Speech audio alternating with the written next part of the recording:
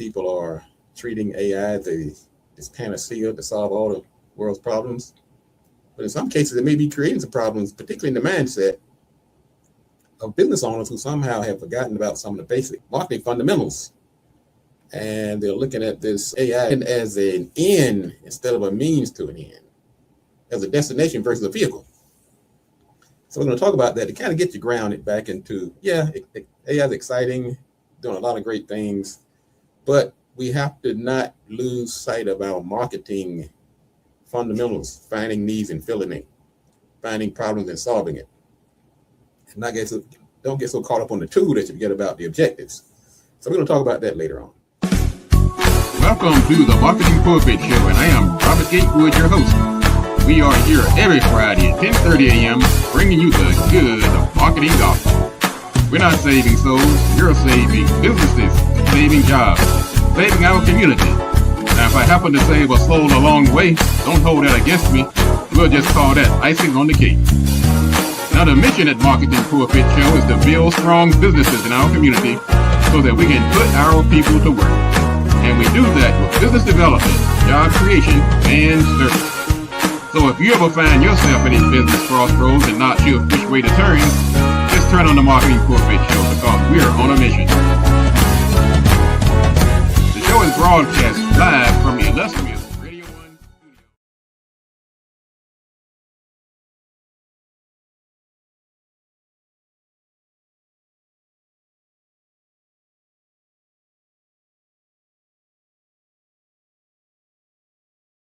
studio. Welcome to the Marketing Pulpit Show. I'm Robert Gatewood, your host, and I'm here every Friday at 10:30 a.m. bringing you marketing gospel. I'm not here to save your soul. I'm here to save your business, your job, and collectively we can save our community by making some smart business and financial moves, and that's why I'm here. That's my purpose, my reason for being, my raison d'etre is to help build a solid foundation for our community. And one of the best ways to do that is through successful businesses. I'm a business developer by trade. I have a company called Gatewood Marketing and Web. You can go to gatewoodmarketing.com and find out more about me and the company. I'm also an author, written 2 books.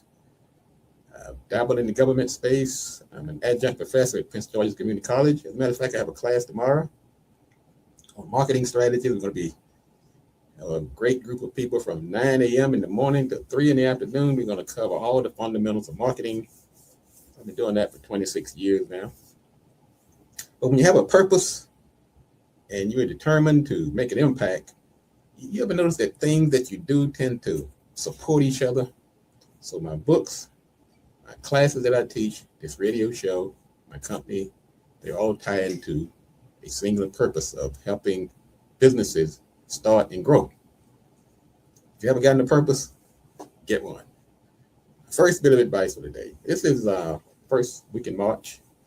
March is an order, as far as I'm concerned. It's a verb. It means do something, move forward. Going to have an exciting show today. We're going to talk about the AI trap and how people are treating AI as this panacea to solve all the world's problems. But in some cases, it may be creating some problems, particularly in the mindset of business owners who somehow have forgotten about some of the basic marketing fundamentals. And they're looking at this AI not as just they're looking at it as an end instead of a means to an end, as a vehicle, as a destination versus a vehicle. So we're going to talk about that to kind of get you grounded back into, AI is exciting, doing a lot of great things, but we have to not lose sight of our marketing fundamentals, finding needs and filling it, finding problems and solving it.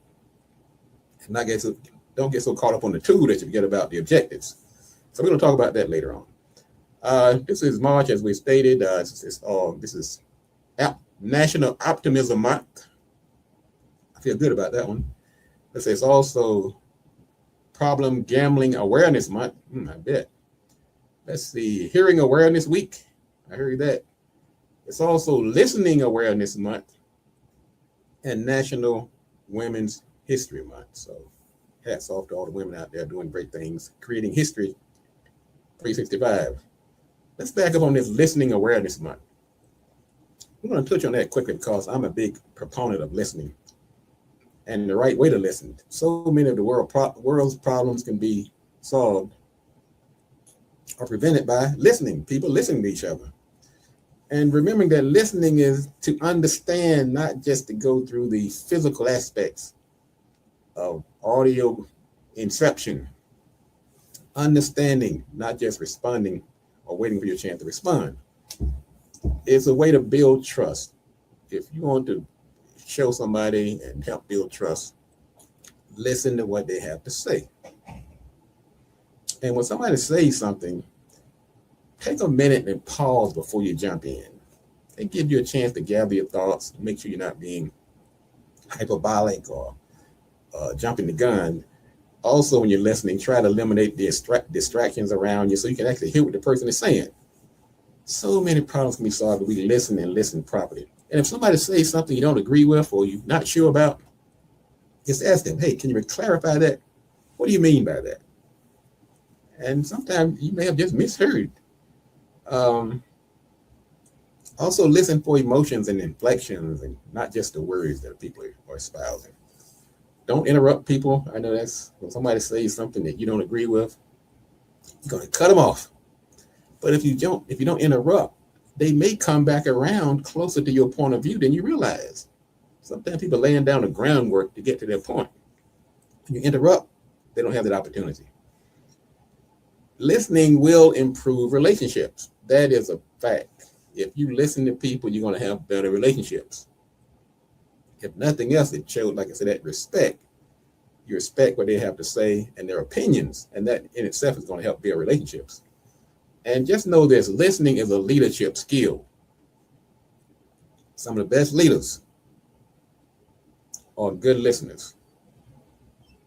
Particularly if you're doing things like building relationships, networking. You gotta listen to folks. Take this today, ladies and gentlemen. Go out here and listen to folks. You have to.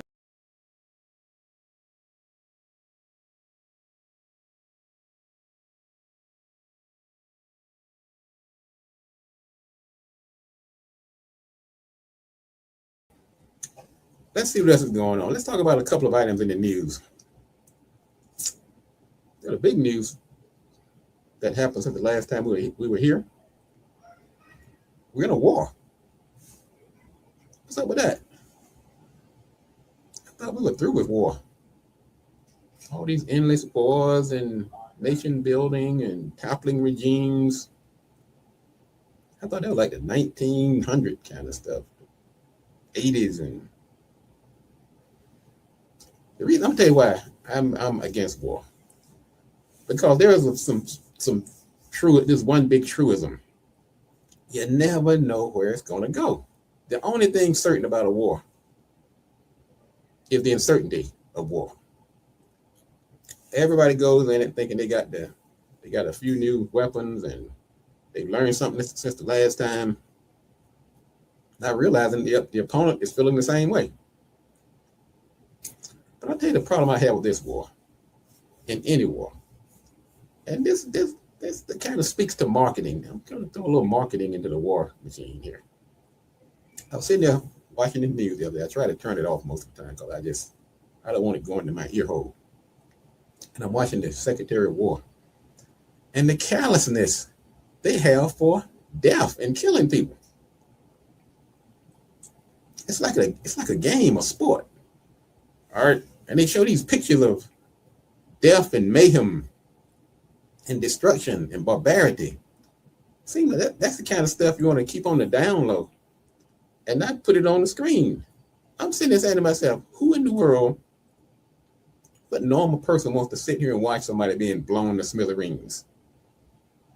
Watching ships being blown out of the ocean. I mean, of course, if you want to decide, okay, that's the enemy, that's the bad guy. Okay, that's one thing. But there is something called humanity. Another reason I'm against these selective wars of choice. But this barbarity, this brutality, the cruelty, the callous disregard for human life. I'm saying, who are these people? God, who are these people? If you get some kind of joy or merriment or pleasure watching people being slaughtered, whoever they are, there's something you need to check. You need to get some. You need to check that. I'm telling you. While we're on the wall, let me bring everybody up to date quickly. Give you the rundown of what's going on. I'm going to do this without bias. Not going to try to take a political stance. I'm just going to give you some facts. This war is in the seventh day. It is escalating into a regional conflict. There's been some unexpected resistance by Iran. They've been more capable and disruptive than many people thought they would be. Israel has continued to strike Tehran and Beirut, and now bringing Hezbollah has entered the fray. Iran is attacking, sending some new missiles into Israel. Qatar, which is one of the United States allies, has intercepted a drone attack aimed at the largest U.S. base in the Middle East. Then there's global disruptions. 23,000 flights have been canceled worldwide. Iran internet service has been shut down for about 6 days. Then there's cyber infrastructure targeting. Now this what things start to come home. Iran has begun targeting major data centers, including Amazon, Microsoft, in the Middle East. And they're viewing them as part of the war infrastructure. There's attacks on the Bahrain oil refinery. We're seeing rising oil prices as the Gulf infrastructure of oil is being attacked. And then there's the economic warning. The Qatar energy minister warned that the conflict could collapse the global energy markets, potentially rising gas prices up to $150 a barrel. And then there's the regional backlash. Some of the Gulf allies and business leaders are starting to criticize the U.S. and the president, saying they dragged us into this war with no warning and unwanted danger. And then back to these people trying to get out. 23,000 flights canceled. They're telling folks to get out, but they can't get out. And the price. So if you want to get a private jet out of, so what is that? What was that place? Out of one of the areas, evacuation of private jet out of Dubai that can carry about 4 people. $250,000. Now that's a budget buster for you. Ah, boy. Chaos. So apparently the United States, I don't know if they anticipated this or not. I guess they thought the Iranians was going to start shooting at Israel and the United States. I don't think they really anticipated Iran's strategy of attacking everybody. I mean, they were just attacking everybody. Dubai, Kuwait, Qatar, Saudi Arabia, some of the European allies, the chips. So this thing is spiraling out of control. I think what's going to happen, this is my prediction, here's my political science hat, is that as always, people start these wars, they don't know where they're going. Everybody thinks they can, every war since the beginning of time, decide with the most weapons felt that it will be over by a week, 2 weeks, by Christmas, some arbitrary date. It never happens because they didn't know the enemy. So then what happens? You start getting external pressure. The folks with the money, they start saying, hey, wait a minute, you messing up my bank. You got to end this thing. All of a sudden, we realize all of that death and mayhem was in vain. You have to know history. That's the problem. If you don't know history, you live to repeat it. But this movie is so old. I am just flabbergasted that People didn't see this coming. You just don't start a war of choice. And like I said, I'm trying to say this without being political. I'm just speaking because this affects us all. It affects business owners. And if it affects business owners, it affects me. And I take it personal. All right. Let's see what's going on here. Thanks again. This is the Marketing Pulpit. I'm Robert Gatewood, your host. Thank you for the people tuning in. I see Attorney Bradley Thomas. Welcome, brother. Glad to see you this morning. I checked out some of your show yesterday. Great show. Brother Thomas has a show come Thursday at noon. I see Marilyn Platinum, podcaster, broadcaster, entertainer, speaker. Thank you for tuning in. And she chimed in on this topic. She said, as someone said, everything Trump touches dies. That does seem to be the case, though. Whether it's somebody he hires, somebody he aligns with, the guy, he has the opposite of the Midas touch. All right, I said I wasn't going to get political, but just commenting on it. I say I'm not getting political. It's hard. It's hard, I tell you. It's hard when things are just falling around you. And then at some point, you just have to push back when things aren't going your way. And when it affects business, it affects our community, our economy, our money. All right, let's get to our topic today, the AI trap, when the tool becomes the strategy. And good morning, Mr. Brown, to the greatest plumber in town. And good morning to everybody. I know a lot of folks out here, I can't see your name. I see the numbers on the board. Great numbers, thank you. And if you want to get a shout out, just drop your name, drop a comment in the feed. And if I see it, I give you a shout out.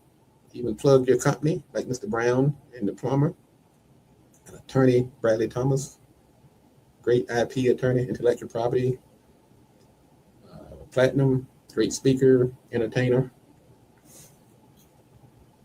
Bradley Thomas chiming in. He said tariffs are out of control. The war in the Middle East, job market's dropping. One sycophant being replaced by a worse sycophant at the helm of the DHS. I feel like this might be a good time for the Gatewood brothers to give us a spirited rendition of Ball of Confusion. Thomas, I'm going to try to see if I can dig that up. Run, run, run, but you sure can't hide. People all over the world shouting "End the war."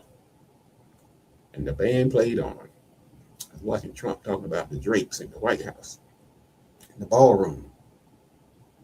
Is that like Nero fiddling while the Rome was burning? It's madness. Oh boy. This is what I'm going to do. I'm going to take a quick break. Let me go gather myself before I get riled up here. I'm here today to talk about the AI trap, but I've also got to bring us up to date on what's happening in the news. We've always done that. It just so happened this time we're at war. Some people say, well, it's not war, it's a military action. Okay, let's get into semantics, okay? People being blown up in the sea, on land, air, and sea. Military. Americans are dying. Schools are being bombed. Ships being shot out of the water. Strait of Hormuz, which controls 20% of the oil flow, shut down. It's hard not to talk about this. That's the 2 million pound gorilla in the room. What I am going to do, I'm going to take a quick break. When we come back, we're going to talk about the AI trap. So don't go anywhere. This is the Marketing Pulpit. I'm Robert Gatewood, your host. I'm here every Friday, bringing you the good marketing gospel.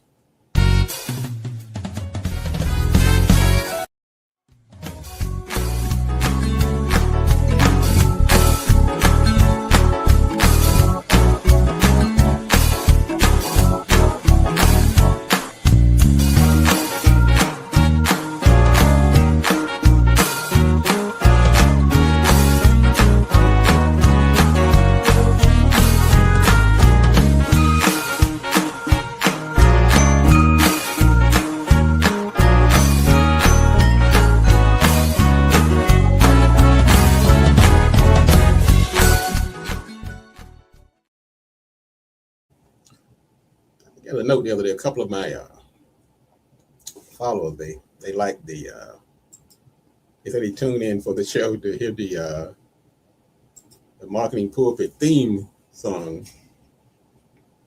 And Julie and a few others out there.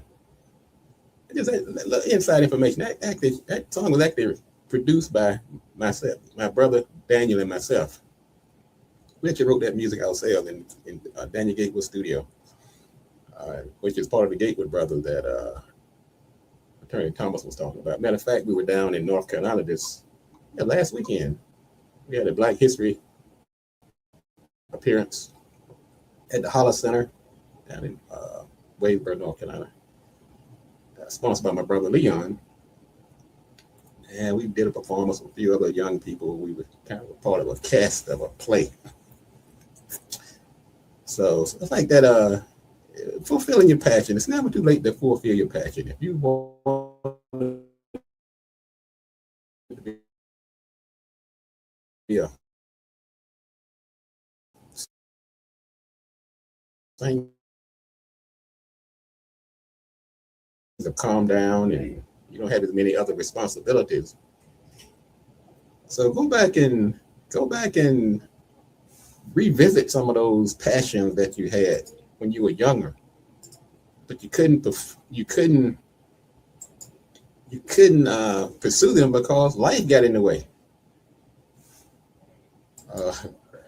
William said they're loving the theme music, and it's not AI. That's right. It is not AI. This was actually created in a studio. I play a couple of instruments. I play piano, guitar, and brass instruments. My brother Daniel, he plays probably every instrument under the sun. And just, that was my first love, was music. Went to school on college on a full music scholarship. That's how I'm sitting here today, able to start my career because I could play a few horns. Anyway, enough about me. Sometimes you have to share a little information about yourself so people know who the heck they're listening to. Let's talk about this topic today, AI. Now, one of the many hats that I wear that all tied to my purpose. I'm not just out here picking up things nilly-willy. I'm also a certified AI agent developer. In other words, I write some of these AI agents design that you see out here. And we use it but you have to use it in the right way. But that brings up my topic. I was listening to a commercial the other day. And it was a bank. And they were just carrying on about AI and how AI was, I almost didn't even know it was a bank. I was talking, oh, we got AI, we got AI. I'm saying to myself, but hey, are you going to grow my money? I know where they were going. They were trying to say, because we have AI, we are able to, I guess, grow your money faster. But it feeds into that concept of getting more excited about the tool than the service you're delivering.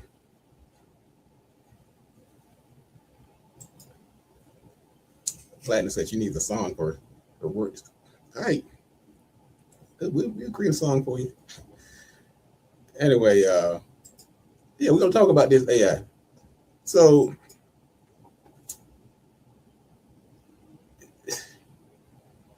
I remember, I've been around long enough to see every generation of shiny objects.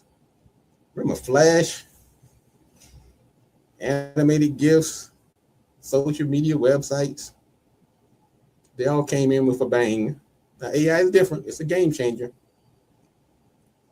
But you can't fall in love with the tool so much that you forget about the customer and the customer needs and problems.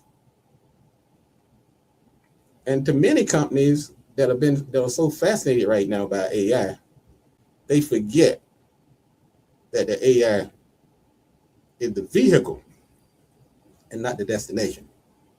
I've seen this story so many times over the years. And some people burn themselves out chasing the vehicle forgetting about where that vehicle is supposed to take you. So I'm just giving you an early heads up before you get too drawn into this trap. And that's why I'm calling it an AI trap. Your customer don't give a hoot about how you making them more money, how you making them well, how you growing their business. They are interested in the results. AI is a tool. It's a phenomenal tool. But as a marketer, as a person that's trying to grow a business, you cannot lose sight of the objective of your clients, helping your clients. The old axiom, find a need and fill it. Find a problem and solve it, did not disappear with the advent of AI. So people are right now building AI agents and technology and algorithms. They're building the solutions, then go out and try to find a problem to attach to it or a solution. That's backwards. Luckily for me, why I feel uniquely qualified to talk on this topic, because I've been in marketing practically my entire life. I've seen these trends and fads and things come along, and I'm not calling AI fad by any stretch. I'm just saying I've seen these shiny objects. And also what I've been, another advantage I have, I'm also in the technology world.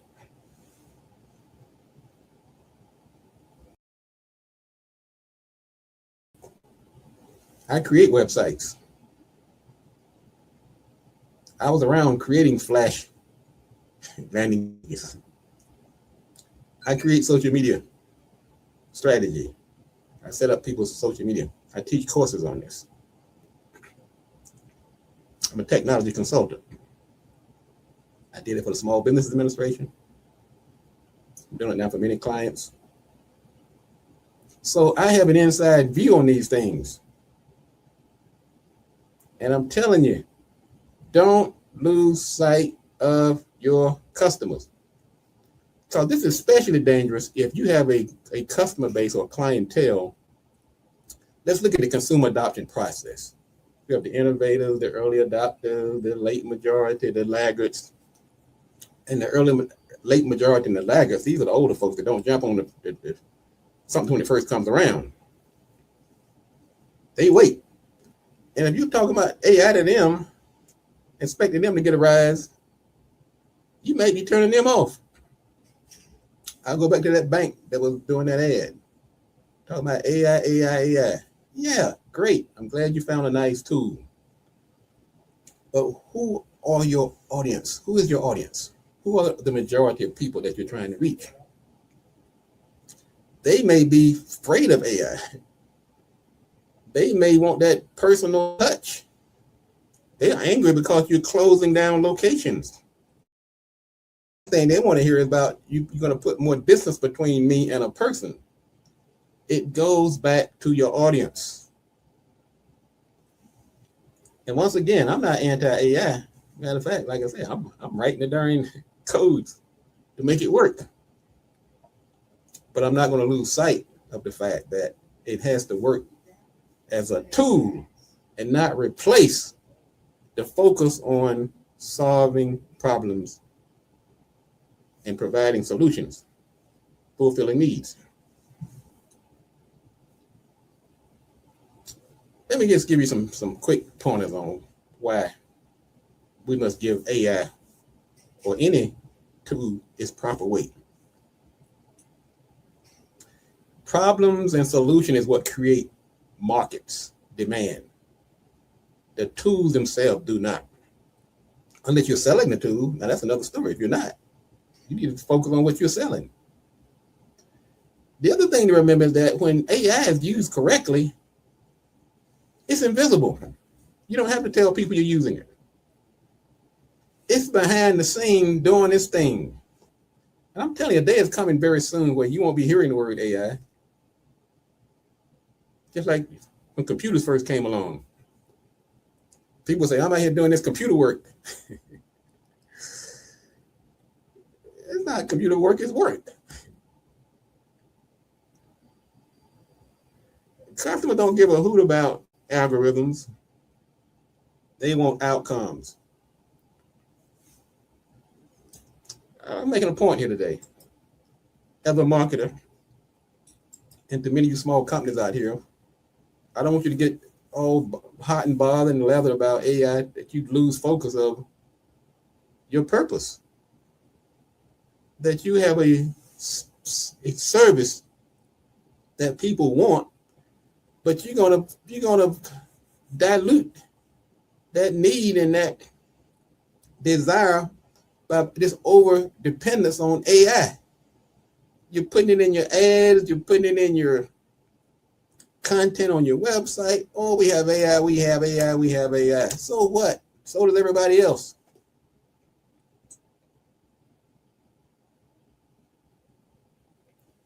Not every person, not every audience is techie. Go back to who your audience is. You may be turning them off instead of turning them on. Remember this, trust beats innovation in most markets. Once again, depends on the audience you're going after. People come to Gatewood because they trust him. I have every AI tool possible, but that's not what I'm leading with. I'm leading with trust. That's why the clients that have been with me for many years, they're not leaving because AI came along. Matter of fact, I was on the phone yesterday, it seemed like forever. Everybody was talking about AI, but nobody was talking about going anywhere. They were saying, let's work together to make this thing work, make us this money. Because I know you're the guy that can do it. Human judgment still matters. It really does. Yes, AI can analyze data, but judgment, wisdom, ethics, accountability, that's what's going to win people over. Technology should support your value proposition, not replace it. Think about this. You're out here in a restaurant, you're out here in a bank. You're not selling technology, I'm telling you. There are people that do that for a living. You need to do what you do and do it better than anybody else. Am I against AI? No. I'm giving it its proper weight. I'm telling you how to use it. I was watching this ad on Instagram the other day about this company called, you put in an ISBN number and they'll print out your book if you're an author. And you know what about it? I liked about the ad, they didn't mention AI once. I said, now that's the way you do it. They said, put in your ISBN number and we'll print out a website based on your book. They use AI, I know that. You don't have to be a technical wizard to know that. But they were focusing on the fact that people want an easy way to produce a book if you are an author. I had to give them my Gatewood stamp of approval. I don't know the company, not promote them, but I know good marketing when I see it. Now, when you overhype this technology, it creates skepticism. They've seen this movie before. It's, oh yeah, everybody get excited, everybody goes out and get it, spend a lot of money. Doesn't help their business, it crashes and they're on to something else. Is that going to happen to AI? Probably not, but if you're a skeptic, they're saying, hey, Gatewood, I want some trust. I don't need any more technology. Give me some solutions. And your AI tool should be for your efficiency, to do things faster, more efficient, but not to change your identity.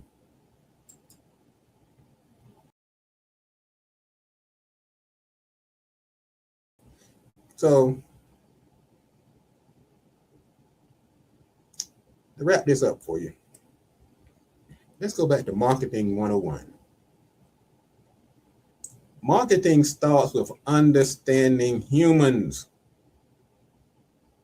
Now, understanding AI is a plus, particularly if you know how to use it.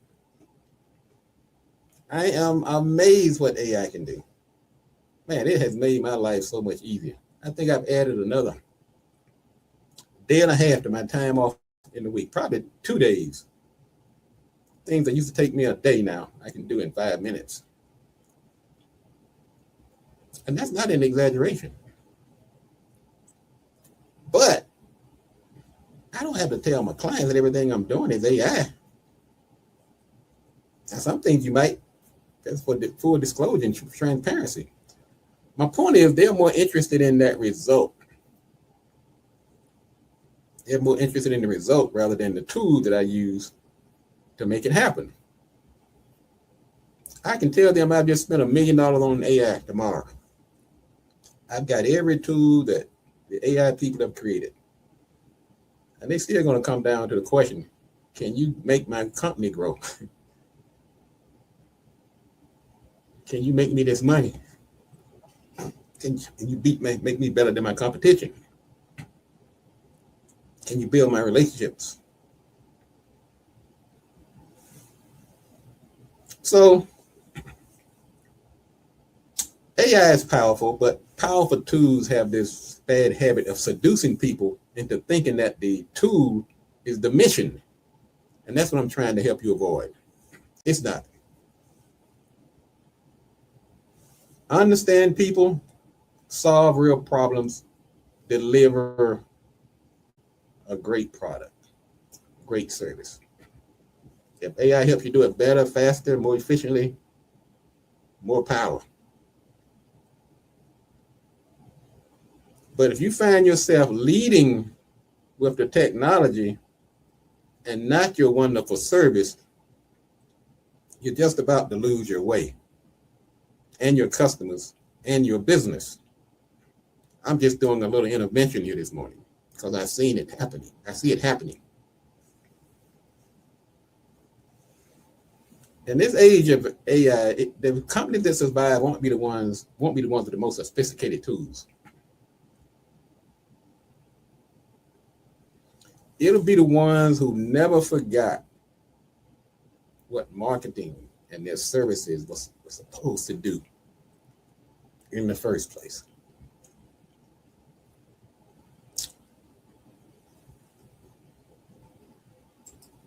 Thank you for the comments, William and Platinum and Bradley and Brother Brown. I felt compelled to talk about this morning because I'm just seeing so many people being led astray. If you're not in the AI business, leading with AI is a losing proposition. Use it as a tool. Take it in the back room. If it can make you a cake faster, make your law firm more effective, help you balance the books better, do design better, cut out some other steps, do it. But you can't lead with it. Solutions, solve problems. Don't forget the customer. All right, that's going to wrap it up. If you're in the DC area, come on out to the First Friday networking event. I'll be downstairs in about 30 minutes. We're going to continue some of these conversations. Ms. Bernadette Clay and Company, BLE Executive Suite, one of our sponsors of the show, sponsors this First Friday networking event every first Friday of the month. I am one of the co-sponsors, Marketing Pulpit. We talk about networking, relationships. We talk about things like AI. We talk about finances. Last month, we talked about these how 1,000 companies were kicked out of the government AI program. And just so happened, one of the people, the clients, Ms. Clay, was impacted directly. You can't drum up 3 years of financial statements and if you haven't been keeping up. So a lot of people being kicked out and hurt. So those are the kind of things we tackle at the first Friday, to making sure that my mission of making sure that these companies survive and thrive. So come on out. It's 9701 Apollo Drive in Largo, Maryland. You can get the information by going to marketingpulpit.com. It's on the right side of the page. You'll see a banner. Matter of fact, I think we have a video of one of the first Fridays. You can also go to BLE Executive Suites, our sponsor. They have 3 office locations that provide office spaces, virtual services for businesses in the DC area. They have an office in Largo, from which this show is broadcast. They have one in National Harbor, and they have one over in College Park, which is a hub zone. Mr. Brown said he can't attend today. A job came up. I'll let Ms. Clay know. Thank you, Mr. Brown. He's usually there. Thank you for coming out and supporting us.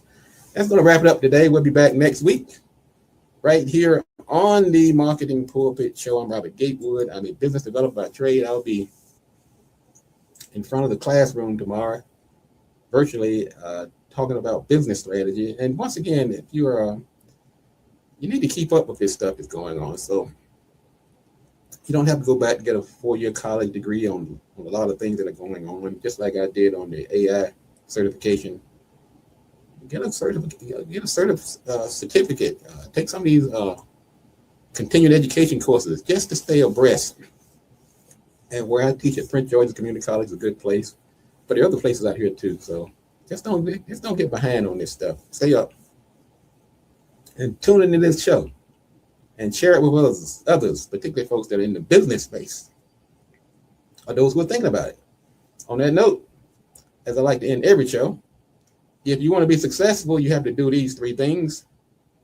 Do the right thing, do it at the right time, and you must do it right. Enough talk. Let's get to work.